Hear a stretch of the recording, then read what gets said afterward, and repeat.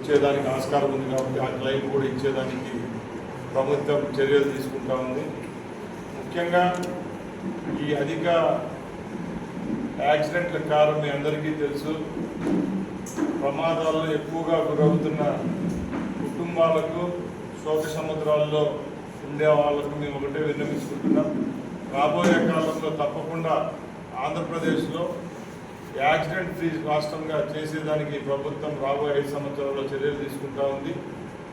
ముఖ్యంగా ఎక్కడైతే black spots ఉంటాయో అవన్నీ మేము రేపు వేసే టాస్క్ ఫోర్స్ ద్వారా టోటల్ రాష్ట్రంలో 175 నియోజకవర్గాల్లో గత 20 సంవత్సరాల నుంచి అధికంగా ప్రమాదాలు జరిగిన చోట్లు ఏవైతే ఉన్నాయో దానిని బ్లాక్ స్పాట్స్గా గుర్తించి అక్కడ ఏ విధమైన చర్యలు తీసుకుంటే ప్రమాదాల నివారణకు ఆస్కారం ఉంటుందో ఆ చర్యలను చేపట్టేదానికి కూడా రాష్ట్ర రవాణా శాఖ సిద్ధంగా ఉందని తెలియజేసుకుంటున్నాం.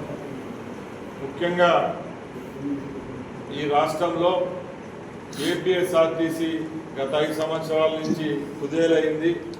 మా ప్రభుత్వం ఏర్పాటైన తర్వాత ఎప్పుడూ లేని విధంగా ఆర్టీసీ బస్సు కొనుగోలు విషయంలో ముందుకొచ్చి 1400 బస్సులను ఈరోజు రోడ్లపైకి తెచ్చేదానికి సిద్ధమయ్యాం. ఇప్పటికే సుమారు 600 బస్సులను ఈ 2 నెలల్లోనే రోడ్లపై నడుపుతున్నామంటే ఒకసారి మీరు గమనించాలా. ముఖ్యంగా ఏపీఎస్ఆర్టీసీని ఆ రోజు జగన్మోహన్ రెడ్డి ప్రభుత్వం రాష్ట్ర ప్రభుత్వంలో విలీనం చేశారు. ఎక్కడ ఏ విధమైన మంచి జరగకుండా అక్కడ పనిచేస్తున్న కార్మికులకు అలాగే సంస్థకు కూడా ఏ విధమైన మంచి పని అనేది 5 సంవత్సరాల్లో జరగలేదు. ఇప్పుడు మా ప్రభుత్వం ఏర్పాటైన తర్వాత కార్మికుల యొక్క సమస్యలు ఏవైతే ఉన్నాయో అలాగే ప్రయాణికులకు సంబంధించిన విషయాల్లో ఏ విధమైన రాజీ లేకుండా ఏపీఎస్ఆర్టీసీని ముందుకు తీసుకొని పోయేదానికి రాష్ట్ర ప్రభుత్వం సిద్ధంగా ఉందని తెలియజేసుకుంటున్నా. ముఖ్యంగా ముఖ్యమంత్రి గారు ఒకటే చెప్పారు, రేపు రాష్ట్రంలో రాబోయే బస్సులన్నీ ఈ దేశానికే తలమానికంగా అన్ని గ్రీన్ ఫ్రీగా ఎకో ఫ్రెండ్లీగా ఎలక్ట్రికల్ బస్సులు కూడా కొనేదానికి చర్యలు తీసుకుంటున్నామని మీకు తెలియజేసుకుంటున్నా. అలాగే ముఖ్యంగా అందరి మధ్యలో ఒకటి ఉంది, తెలుగుదేశం, బీజేపీ, జనసేన పార్టీ ఆ రోజు మేనిఫెస్టోలో మహిళామూర్తులు ఎవరైతే ఉన్నారో ఈ రాష్ట్రంలో ప్రతి ఒక్కరికి ఉచిత బస్సు సౌకర్యం కల్పిస్తామని చెప్పారు.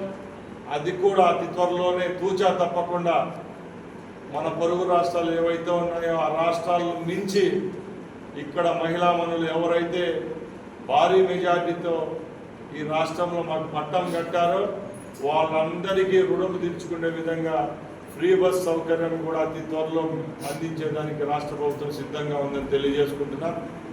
చివరిగా తెలుగుదేశం పార్టీ అధికారంలోకి వచ్చి 3 నెలలు అయింది. మీరందరూ గమనిస్తూ ఉన్నారు. ఏవైతే మేనిఫెస్టోలో చెప్పామో అవన్నీ చేస్తూ వస్తున్నాం. గత 2 రోజుల నుంచి మాజీ ముఖ్యమంత్రి జగన్మోహన్ రెడ్డి గారు మతి స్థిమితం ఉందో లేకుండా మాకు అర్థం కావడంలే, ఎక్కడంటే అక్కడ ఈ ప్రభుత్వానిపై అవాకులు చవాకులు పేరుతూ ఉన్నాడు. ఆయన 5 సంవత్సరాల్లో చేయలేంది ఈ 3 నెలల్లోనే చేసి చూపించాం. సుమారు 65 లక్షల మంది లబ్ధిదారులకు 4,000 రూపాయలు పెన్షన్ పెంచిన ఘనత కూడా మా ముఖ్యమంత్రిది ప్రభుత్వాన్ని అని మేము తెలియజేసుకుంటున్నాం. అలాగే భారతదేశంలో స్వాతంత్రం వచ్చిన తర్వాత ఎక్కడ చూసినా కులాలు మతాలు అని చెప్పి అనుకునేవాళ్ళు. మా ప్రభుత్వం ఏర్పాటైన తర్వాత ముఖ్యమంత్రి గారు ఎప్పుడూ లేని విధంగా స్కిల్ సెన్సెస్ అనే పద్ధతిని తీసుకొని వచ్చి ఈ రాష్ట్రంలో ఎవరైతే నైపుణ్యతతో ఉండి చదువే కాకుండా చేతి వృత్తుల వారికైతేనే అందరికీ పని కల్పించేదానికి స్కిల్ సెన్సెస్ కూడా తేవడం జరుగుతూ ఉంది.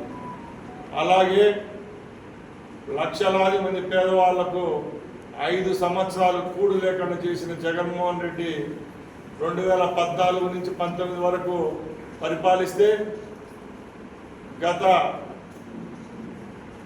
గత 15 రోజుల ముందు ఎప్పుడూ లేని విధంగా 100 అన్నా క్యాంటీన్లు తెరిచి పేదవాడికి ఆకలి తీర్చే పద్ధతిలో మా ప్రభుత్వం ముందుకెళ్తా ఉంది. అలాగే ఏవైతే హామీలు మేము ఎలక్షన్స్ ముందు మా కూటమి ప్రభుత్వం ఇచ్చిందో అవన్నీ రాబోయే కాలంలో సక్రమంగా ప్రజలకు అందే విధంగా చర్యలు తీసుకుంటాం.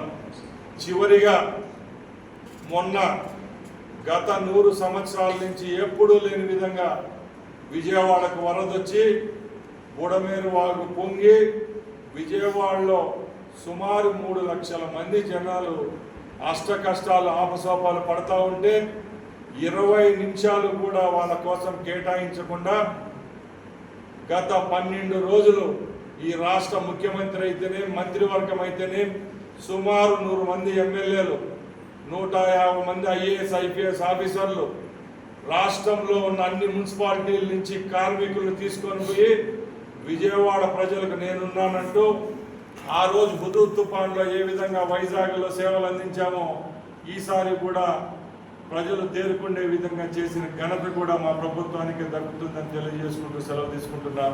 జై హింద్.